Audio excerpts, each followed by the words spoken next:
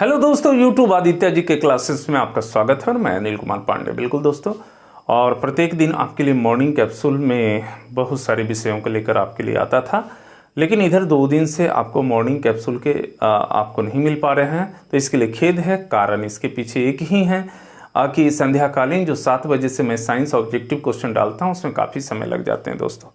तो लेकिन अब है सो समय को मैंने संभालना सीख लिया है, तो अब आपको प्रत्येक दिन मॉर्निंग कैप्सूल आपको ज़रूर से मिलेंगे। और हाँ, आज का जो विषय हमारा है वह आधुनिक भारत का इतिहास है, लेकिन कल से कुछ बदलाव रहेंगे और उस बदलाव को आप अपने कमेंट्स के द्वारा हमें ज़रूर बताएंगे कि आपको कैसा लग रहा है। क्योंकि आज तो कुछ विषय को हम लेकर चल रहे हैं, लेकिन कल सम्मिलित रूप से बहुत कुछ उसमें रहेंगे। तो जरूर से कल के वीडियो को देखिएगा, क्योंकि कल की प्रतिक्रिया के आधार पर मैं आगे बढ़ूंगा आपसे। तो चलिए, आज बिल्कुल जैसा कि आप जान रहे हैं आधुनिक भारत का इतिहास होगा, और इससे पहले मैंने आधुनिक भारत के इतिहास का 3 वीडियो आपको डाल चुका हूं। एक वीडियो आपका है जिसमें है सो यूरोपियन कंपनियों का आगमन, यूरोपियन कंपनियों का आगमन, कंपनी का आगमन। और दूसरा आपको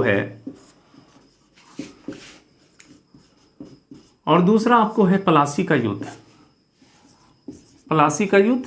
और तीसरा आपको है बक्सर का युद्ध, प्लासी का युद्ध। और तीसरा है आपको बक्सर का युद्ध। दोस्तों, यहां पे हम बताना चाहेंगे कि आज का हमारा वीडियो काफी महत्वपूर्ण होगा, इसलिए कि जैसा कि आप जानते हैं कि बक्सर के युद्ध के बाद कहीं ना कहीं अंग्रेजों का यह एक उनके दिमाग में यह सोच आ गई थी कि अब पूरे तरीके से हमारा जो शासन व्यवस्था के रूप में अब हम अपने आप को स्थापित कर लिए हैं। इसलिए कि बक्सर के युद्ध में, जो बक्सर का युद्ध कब हुआ था आपको, तो बक्सर का युद्ध आपको 22 अक्टूबर 1764 को हुआ था।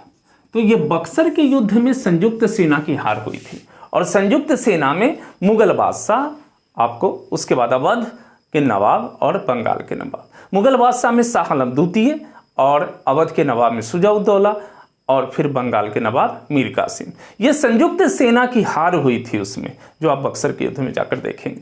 संयुक्त सेना की हार हुई और अंग्रेजी सेना का नेतृत्व हेक्टर मुंडो के द्वारा किया गया था। तो जब मुगल बादशाह की हार हो गई तो यह स्पष्ट ब्रिटिश सरकार को अब यह नजर आने लगा था कि यह जो व्यापारिक कंपनी जो भारत में गई थी, अब व्यापारिक कंपनी नहीं रह गई है, अब यह एक शासकीय रूप में आ चुकी है। तो फिर उस पर नियंत्रण आवश्यक है, उस पर देख रेख अब करना जरूरी है। और अब यहां पर वापस रॉबर्ट क्लाइव को भेजा गया। बिल्कुल दोस्तों, वही रॉबर्ट क्लाइव जिनके नेतृत्व में प्लासी का युद्ध हुआ था, और अपनी क्षमता से, अपनी कुशलता से, अपनी चतुराई से, अपने हैसो उस काबिलियत से प्लासी का युद्ध जीते थे। चूंकि उनकी क्षमता नहीं थी, उनके पास युद्ध सैन्य और जो भी कुछ सामग्रियां थी वो उस लायक नहीं थी कि वह बंगाल के नवाब सिराजुद्दौला को हरा सके। लेकिन वहां पर उन्होंने अपने दिमाग का परिचय दिया, अपनी चतुराई का परिचय दिया, और जो कुछ करना था वह वहां बंगाल में करके मीर जाफर को प्रलोभन देके, क्योंकि मीर जाफर सिराजुद्दौला के सेनापति थे, और उनको लोभ लालच देकर और किसी प्रकार से प्लासी का युद्ध जीते थे। उसमें मीर जाफर के द्वारा गद्दारी अपने नवाब के साथ किया गया था।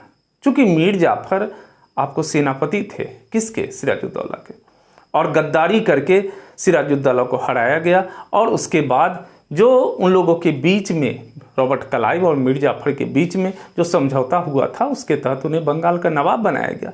लेकिन यह बहुत अस्थायी व्यवस्था नहीं थी। मीर जाफर समझे थे कि वो जिन शर्तों के साथ उन्हें नवाब की गद्दी पर बैठाया गया है, बस वहीं तक बात रह जाएगी। लेकिन ऐसा हुआ नहीं।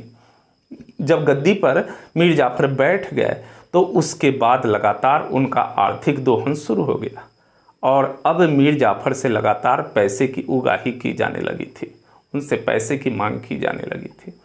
मीर जाफर लगातार पैसे दिए जा रहे थे और खजाना खाली हो गए, और अंततः मीर जाफर के द्वारा सरेंडर कर दिया गया कि अब संभव नहीं है।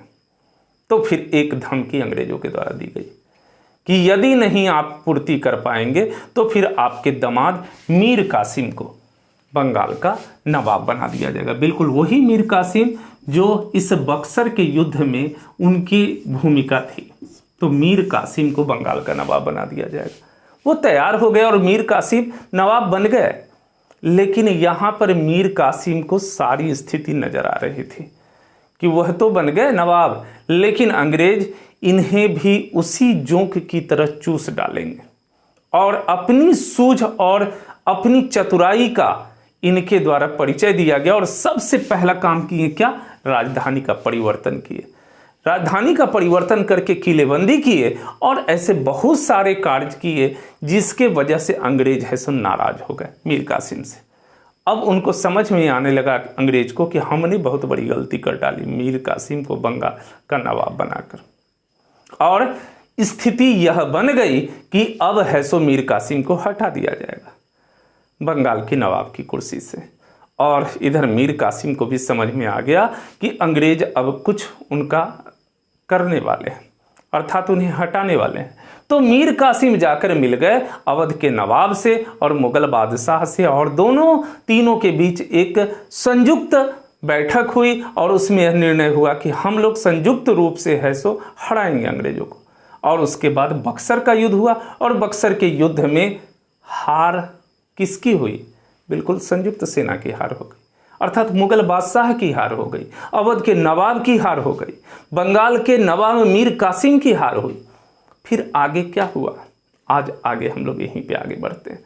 बिल्कुल जैसा कि हम लोग लास्ट बक्सर के युद्ध को, तो दोस्तों आप जाकर बक्सर के युद्ध को जरूर से देखिएगा, क्योंकि वहीं से कहानी है सो आज आगे बढ़ रहा है। तो बक्सर के युद्ध को देखिएगा और हम लोग चलते हैं बक्सर के युद्ध बाद। तो बक्सर के युद्ध में 3 योद्धा थे हमारे संयुक्त सेना में, क्योंकि अंग्रेजी कंपनी की बात अभी छोड़ दे। 3 योद्धा थे आपको, उसमें मुगल बादशाह शाह आलम द्वितीय, शाह आलम मुगल बादशाह शाह आलम द्वितीय, एक तो ये हो गए। दूसरा अवध के नवाब, और तीसरा आपको बंगाल के नवाब।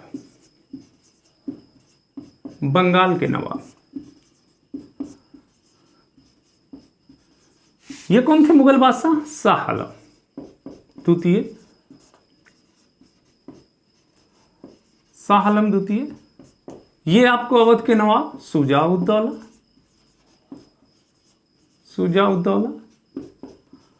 और ये मीर कासिम। ये सभी याद करने के लिए हैं। तो ये संयुक्त सेना।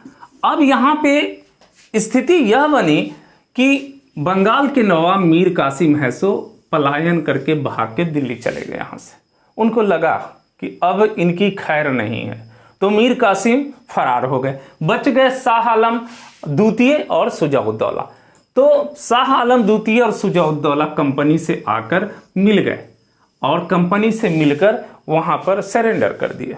अब यहां पर जो है जब सरेंडर कर दिए, तब हुआ कि ब्रिटिश सरकार वहां से अब नेतृत्व संभालने के लिए रॉबर्ट क्लाइव को फिर से भेजती है, क्योंकि ब्रिटिश सरकार के नजर में रॉबर्ट क्लाइव ही सबसे योग्य व्यक्ति थे जो यहां आकर बंगाल की गद्दी को संभाले। बिल्कुल अब गद्दी संभालनी थी, तो बंगाल की गद्दी को संभालने के लिए रॉबर्ट क्लाइव को भेजा गया। रॉबर्ट क्लाइव यहां आए बंगाल में, और बंगाल में आकर सब 2 काम सबसे महत्वपूर्ण किए, अर्थात इन दोनों से संधि। क्योंकि मीर कासिम तो भाग गए थे, अब संधि, पहली संधि हुई ये रॉबर्ट क्लाइव की और इनके बीच में, मुगल बादशाह के बीच में। तो ये पहली संधि है। पहली संधि आपको हुई है 12 अगस्त 1765 को। रॉबर्ट क्लाइव और मुगल बादशाह,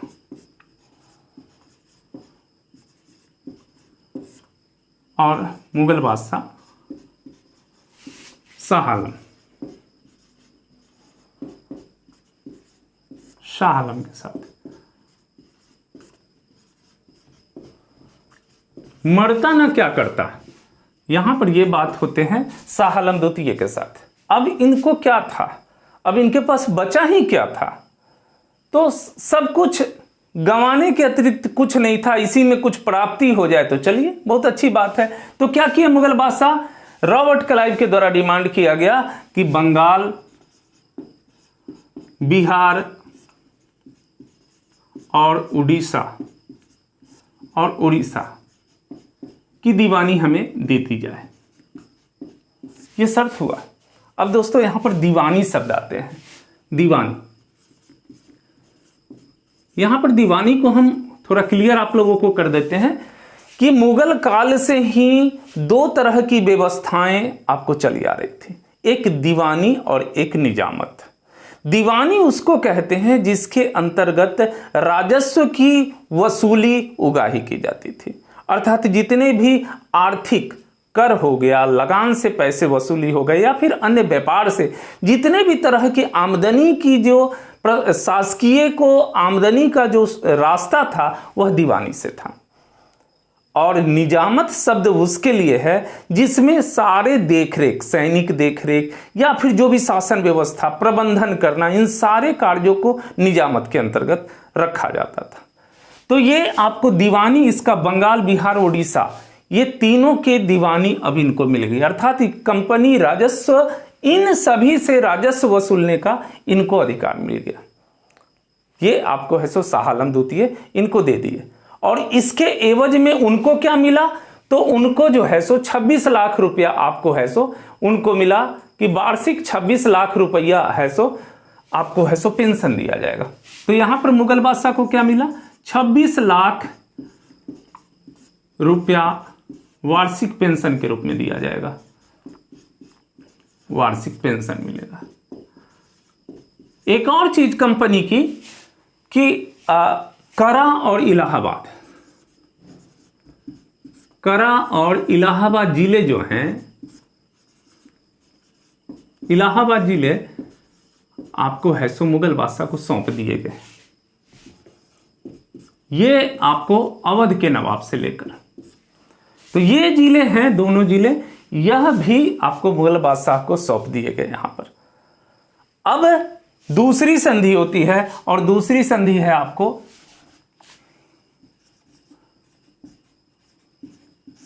दूसरी संधि होती है 16 अगस्त को, 16 अगस्त 1765 को दूसरी संधि। यह भी आपको रॉबर्ट क्लाइव, यहां पे रॉबर्ट क्लाइव, और इधर कौन है, रॉबर्ट क्लाइव, और इधर अवध के नवाब शुजा-उद-दौला।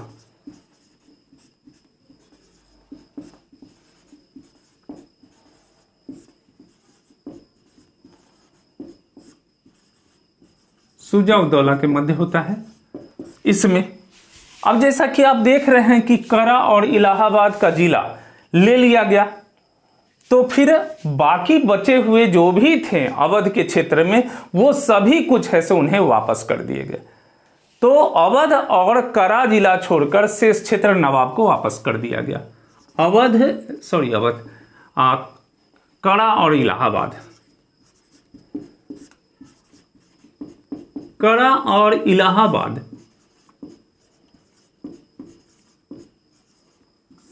को छोड़कर सभी क्षेत्र वापस कर दिए गए।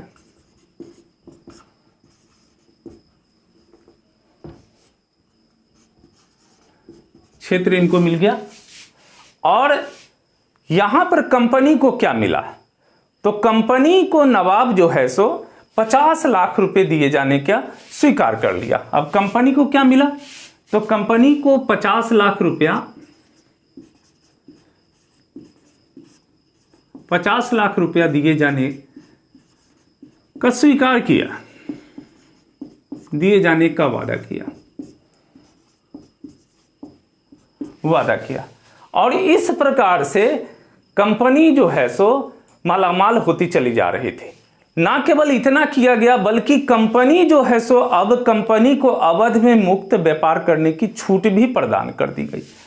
अवध में कंपनी को व्यापार करने की, मुक्त व्यापार करने की मुक्त व्यापार की छूट मिली कंपनी को। ये सभी कुछ, चूंकि देखिए कंपनी अभी है सो नहीं चाह रही थी कि यहां अब है सो स्वतंत्र अभी शासन करे, चूंकि उनको कहीं ना कहीं कुछ अभी उनको संदेह था, या फिर यह भी एक कहीं डर रहा होगा कि अभी है सो वैसी स्थिति नहीं बनी है कि आपको जो है सो वह पूरे तरीके से शासन व्यवस्था को कायम कर सके। तो यहां पर छूट प्रदान की गई।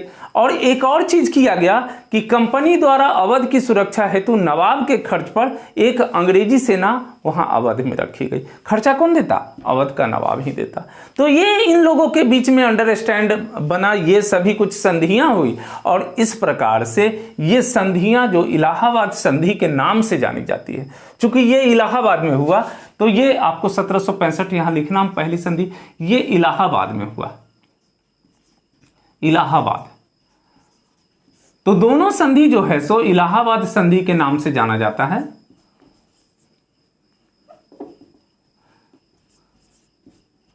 इलाहाबाद में तो बहुत बार प्रश्न पूछे गए हैं। 1700 ये पहली संधि कब हुई? तो 12 अगस्त 1765 को। दूसरी संधि कब हुई? तो ये आपको 16 अगस्त 1765 में। फिर पहली संधि में किनके बीच हुई? तो शाह आलम के साथ और रॉबर्ट क्लाइव के साथ। दूसरी संधि किसके बीच हुई? तो अवध के नवाब और फिर रॉबर्ट क्लाइव के साथ। फिर यह भी होता है कि आप बंगाल, बिहार और उड़ीसा किस संधि के अंतर्गत इसकी दीवानी जो है सो दिया गया। तो ऐसे बहुत सारे प्रश्न यहां से बढ़ते हैं, तो इससे आगे हम लोग बढ़ते हैं। तो चलिए हम लोग आगे बढ़ते हैं, और अभी तक जहां तक जाने उसके बाद अब महत्वपूर्ण बातें होने वाली है। अब क्या है, रॉबर्ट क्लाइव उनके साथ संधि कर लिए और एक तरीके से अब बंगाल पे शासन अपना कायम करने की कोशिश की, लेकिन क्या प्रत्यक्ष नहीं, अभी भी अप्रत्यक्ष रूप में, अर्थात सामने में वह बंगाल के नवाब को अभी भी कायम किए हुए थे और पीछे से वह सारा कार्य करना चाहते थे। और इसी के अंतर्गत बंगाल में यह दोहरी शासन व्यवस्था कायम की गई। दोस्तों यहां पर हम पहले भी बता चुके हैं कि मुगल साम्राज्य के समय से ही दो व्यवस्थाएं प्रचलन में थी, एक सूबेदार और दूसरा था दीवान। सूबेदार का काम निजामत का था, अर्थात सैनिक संरक्षण, पुलिस, फौजदारी कानून ये सभी लागू करवाने का कार्य सूबेदार का था। और दीवानी कार्य का था वहां पे कर व्यवस्था, अर्थात जो भी राजस्व के संदर्भ में जो भी कार्य थे यह कार्य है सो दीवान करते थे, अर्थात दीवानी कानून को लागू कराना, पैसे की वसूली करना, ये दो कार्य उसी समय से चल रहे थे। तो अब जो है 1765 में मीर कासिम के जगह पुनः फिर से मीर जाफर को बंगाल का नवाब बना दिया गया, लेकिन बहुत लंबे समय तक मीर जाफर नहीं शासन कर पाए, इसलिए कि 6 महीने बाद ही उनकी मृत्यु हो गई। और 1765 में ही उनके नाबालिग पुत्र थे नजमुद्दौला। बिल्कुल दोस्तों, नजमुद्दौला, उनको बंगाल की नवाब बनाने की अनुमति ब्रिटिश सरकार के द्वारा दे दी गई, परंतु इन शर्तों के साथ कि निजामत का समस्त कार्यभार जो है सो नवाब करेंगे। अभी मैं ऊपर में चर्चा किया नवाब का, तो निजामत का समस्त कार्यभार। अब निजामत में क्या था? निजामत में आपको सैनिक संरक्षण था, पुलिस तथा फौजदारी कानून लागू करवाना था, ये जितने भी जो प्रबंधन के कार्य थे वो सभी कार्य उनको करने थे। लेकिन जो भी मॉनिटरिंग, पैसा निकालने का कार्य था, पैसा की उगाही करने का कार्य था, वह कंपनी अपने हाथ में रखी। मीन्स वह अभी भी अपने हाथ में रखी पूर्णता नहीं, वह यह दी अधिकार कि कंपनी की अनुमति से ही वह है सो दीवान जो है सो नियुक्त किए जाएंगे, अर्थात डिप्टी सूबेदार के रूप में वह नियुक्त किए जाएंगे। जो कंपनी कहेगी उसी व्यक्ति को वहां किया जाएगा, और वह भारतीय व्यक्ति ही पैसे की भी उगाही का कार्य करेंगे। तो इसी व्यवस्था को दोहरी शासन व्यवस्था कहते हैं, अर्थात दीवानी का कार्य कंपनी के हाथों में और सूबेदारी का कार्य यह है सो नवाब के हाथों में। अब नवाब के हाथों में पैसा वसूलने का अधिकार नहीं था, वो अधिकार किसको था? कंपनी द्वारा जो मनोनीत किए जाते थे व्यक्ति, उसके द्वारा। और इस तरह है सो कंपनी है सो बंगाल के लिए मोहम्मद रजा खां को और बिहार के लिए राजा सिताब राय को नियुक्त किए गए, यहाँ पे उप दीवान के रूप में नियुक्त किए गए। बहुत बार ये प्रश्न पूछे गए। तो बंगाल के लिए मोहम्मद रजा खां, बंगाल के लिए मोहम्मद रजा खां,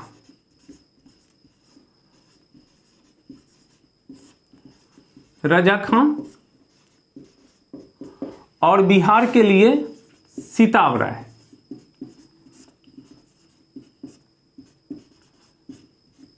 बिहार के लिए उस समय में उड़ीसा भी उसके साथ ही थे, तो बिहार के लिए राजा सिताब राय।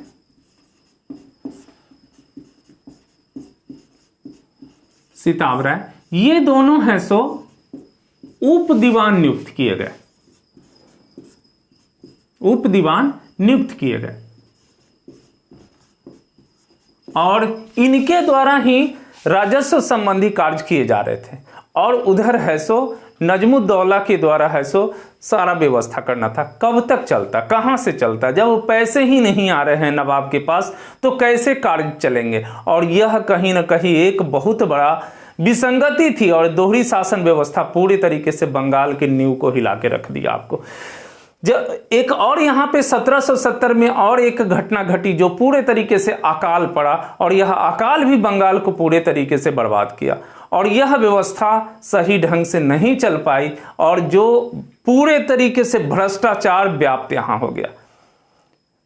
जो कंपनी के जितने भी यहाँ पे मुलाजिम थे, जितने भी अधिकारी थे, सभी की एक ही सोच थी कैसे यहाँ से धन बटोर कर ब्रिटेन ले जाएं, और लगातार यहाँ से धन की उगाही होनी शुरू हो गई थी। इस पर अंकुश डालने के लिए रॉबर्ट क्लाइव के द्वारा प्रयत्न भी किया गया। बहुत सारे ऐसे कार्य किए गए, लोगों की जो वेतन थे उसमें बढ़ोतरी की गई। ऐसे कुछ पत्र निकाले गए जिसमें यह कहा गया कि आप यहां से जाने से पहले आप अपने पूरे धन को यहां पर ये उसका घोषणा करेंगे, तो घोषणा पत्र उनके द्वारा दिलाया गया। लेकिन भ्रष्टाचार पूरे तरीके से व्याप्त रहा। रॉबर्ट क्लाइव की वापसी जब ही हुई वहां, तो वो वापस चले गए यहां से 1770 में वापस चले गए, और इन पर भ्रष्टाचार के मुकदमे ब्रिटेन में चलाए गए। लेकिन ब्रिटिश सरकार उनको क्लीन चिट दे दिया। लेकिन यह है सो इस ग्लानि में रॉबर्ट क्लाइव सुसाइड कर लिया, आत्महत्या कर लिए। 1774 में उनके द्वारा आत्महत्या कर लिया गया। तो ये रॉबर्ट क्लाइव का यहाँ पे आपको है सो ब्रिटेन में हत्या, सुसाइड कर लिया। इस प्रकार से रॉबर्ट क्लाइव का अंत हुआ। यहाँ पर रॉबर्ट क्लाइव को थोड़ी सी समझने की हम लोगों की आवश्यकता है कि वह बंदा जो रॉबर्ट क्लाइव 18 वर्ष की उम्र में वहां से आया था, आपको ब्रिटेन से आया था। कहाँ? मद्रास के बंदरगाह पर एक क्लर्क के रूप में आया था। यहाँ पे बहुत बड़ा परिवार था, बहुत ज़्यादा धनवान आदमी नहीं था, और यहाँ आया था और अपनी कुशलता से वह है सो अपनी कार्य कुशलता से बंगाल का पहला नवाब बना, ये पहला गवर्नर बना यहाँ पे। अब जैसा कि जानते हैं कि 1765 में वह बंगाल का पहला गवर्नर बना। और अगर हम बात करें तो यहाँ पर अंग्रेजी शासन को स्थापित करने में अगर किसी की सबसे बड़ी योगदान है तो वह रॉबर्ट क्लाइव की यहाँ पे। तो दोस्तों हम लोग अगले वीडियो में मिलते हैं, और अगले वीडियो में अब इससे आगे 1773 के रेगुलेटिंग एक्ट को जानने का प्रयास करेंगे। बिल्कुल, चूंकि यहां तक की स्थिति को आप जान गए, बंगाल में अब है सो पूरे तरीके से ब्रिटिश सरकार अब अपने नियंत्रण में लेना चाहती है, और 1773 का रेगुलेटिंग एक्ट लाकर अब यहां के शासकीय वर्ग को, जो एक आपको व्यापारिक कंपनी को जो शासकीय रूप देना चाहती है, उसको हम लोग अगले वीडियो में देखेंगे। 1773 का रेगुलेटिंग एक्ट नाम का यह शीर्षक से वीडियो आपको आएगा। तो हम लोग मिलते हैं अगले वीडियो में। लेकिन हाँ, चैनल को जरूर से, नए लोग हैं तो सब्सक्राइब कर लेंगे, बेल आइकन को दबा देंगे, और बिल्कुल अंगूठा तो जरूर ही दिखाएंगे यदि पसंद आता है तो। Okay, thank you. मिलते हैं अगले वीडियो में। धन्यवाद।